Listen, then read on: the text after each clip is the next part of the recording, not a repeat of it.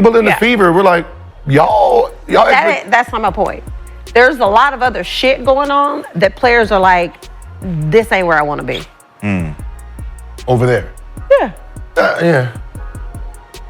Some new shit going on around there. It's a lot. Yeah. So you have players that are very significant on this Indiana Fever team that are like, I don't want to be here. This is where I want to be. Yeah. When Sheryl Swoopes, WNBA legend and co-host of the Queens of the Court podcast, claimed that veterans were avoiding the Indiana Fever and that Kelsey Mitchell was feeling underappreciated, it sent waves through the basketball community. But now, as training camp begins and the Fever step into a new era, the truth has come to light, and it's leaving Swoops looking misinformed. Kelsey Mitchell, in her first public comments since the start of training camp, didn't just dispel rumors, she dismantled them. With an honest, upbeat energy, she set the record straight about her experience, the new coaching staff, the team's atmosphere, and her own place within the organization. And based on her words and body language, it's clear she's not only content, she's fired up. A fresh start with new leadership. For us, with the new atmosphere, new coaching, everything is just absolutely new, Mitchell said. It feels really good. It feels fresh. It's kind of like when you take your clothes out the dryer, kind of like fresh. That metaphor might sound simple, but the sincerity behind it is undeniable. Mitchell is clearly speaking from the heart.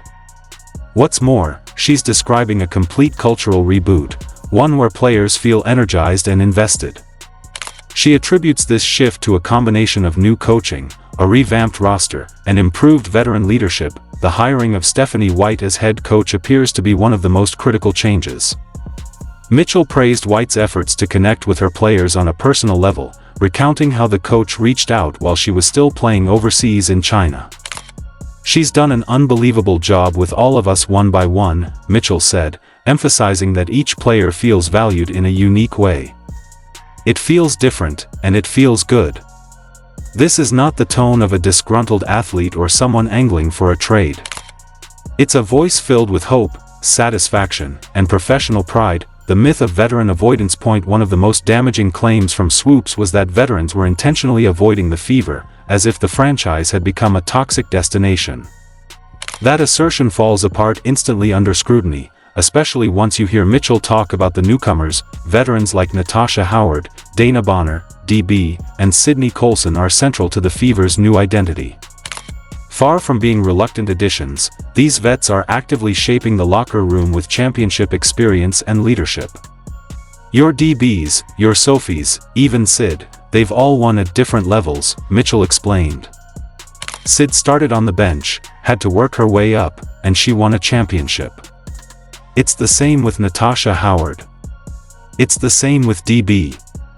This influx of winning experience hasn't been met with resistance, it's been embraced.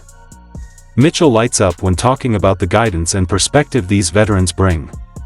She isn't just tolerating their presence, she's inspired by it. Mitchell and the Fever, a mutual commitment. Perhaps the most definitive proof that Swoop's portrayal was flawed lies in Mitchell's decision to re-sign with Indiana.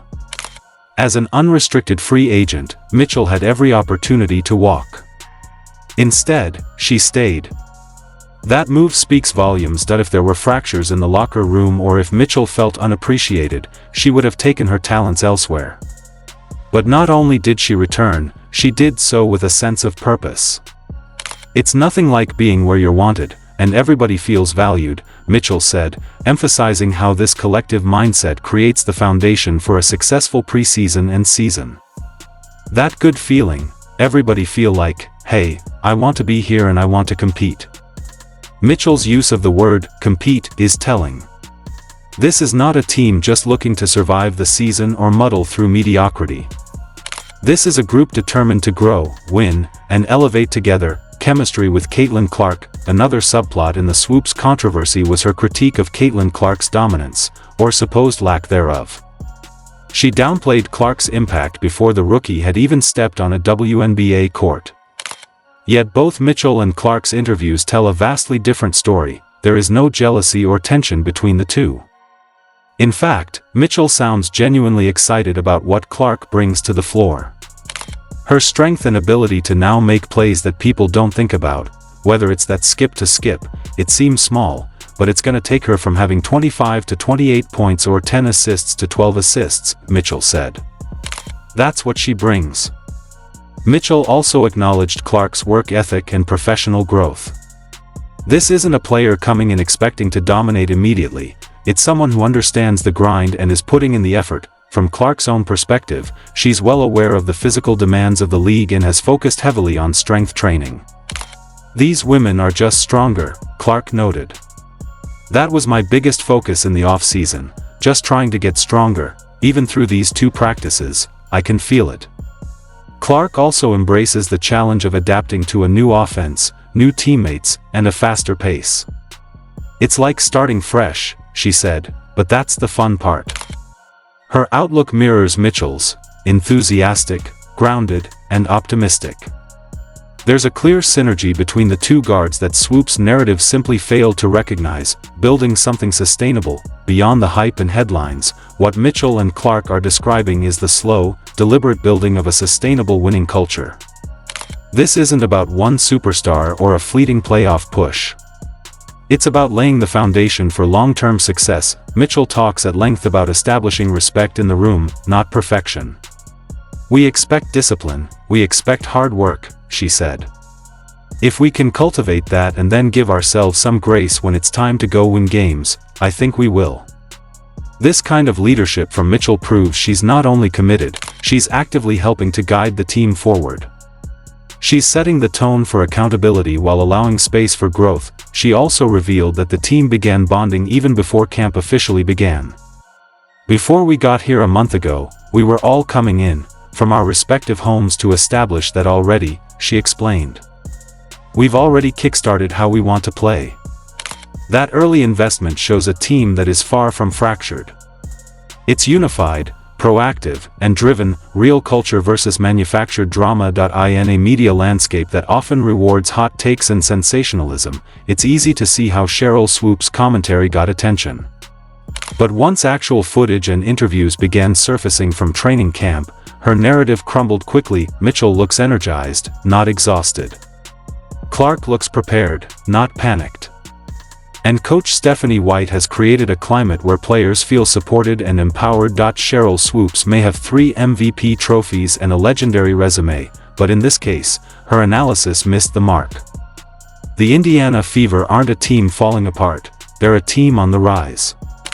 And Kelsey Mitchell, Caitlin Clark, and the entire organization are embracing this moment as a turning point. The interviews, the tone, the body language, it all tells one unified story. The Fever are done being defined by outsiders. They've built a new culture, and they're proud of it. So if you're still hanging on to Swoopes' outdated vision of the Indiana Fever, it's time to let it go. Because the truth is clear. This team is cohesive, focused, and ready to shock the league. If you enjoyed this video, don't forget to like, subscribe and hit that notification bell for more updates. Thanks for watching.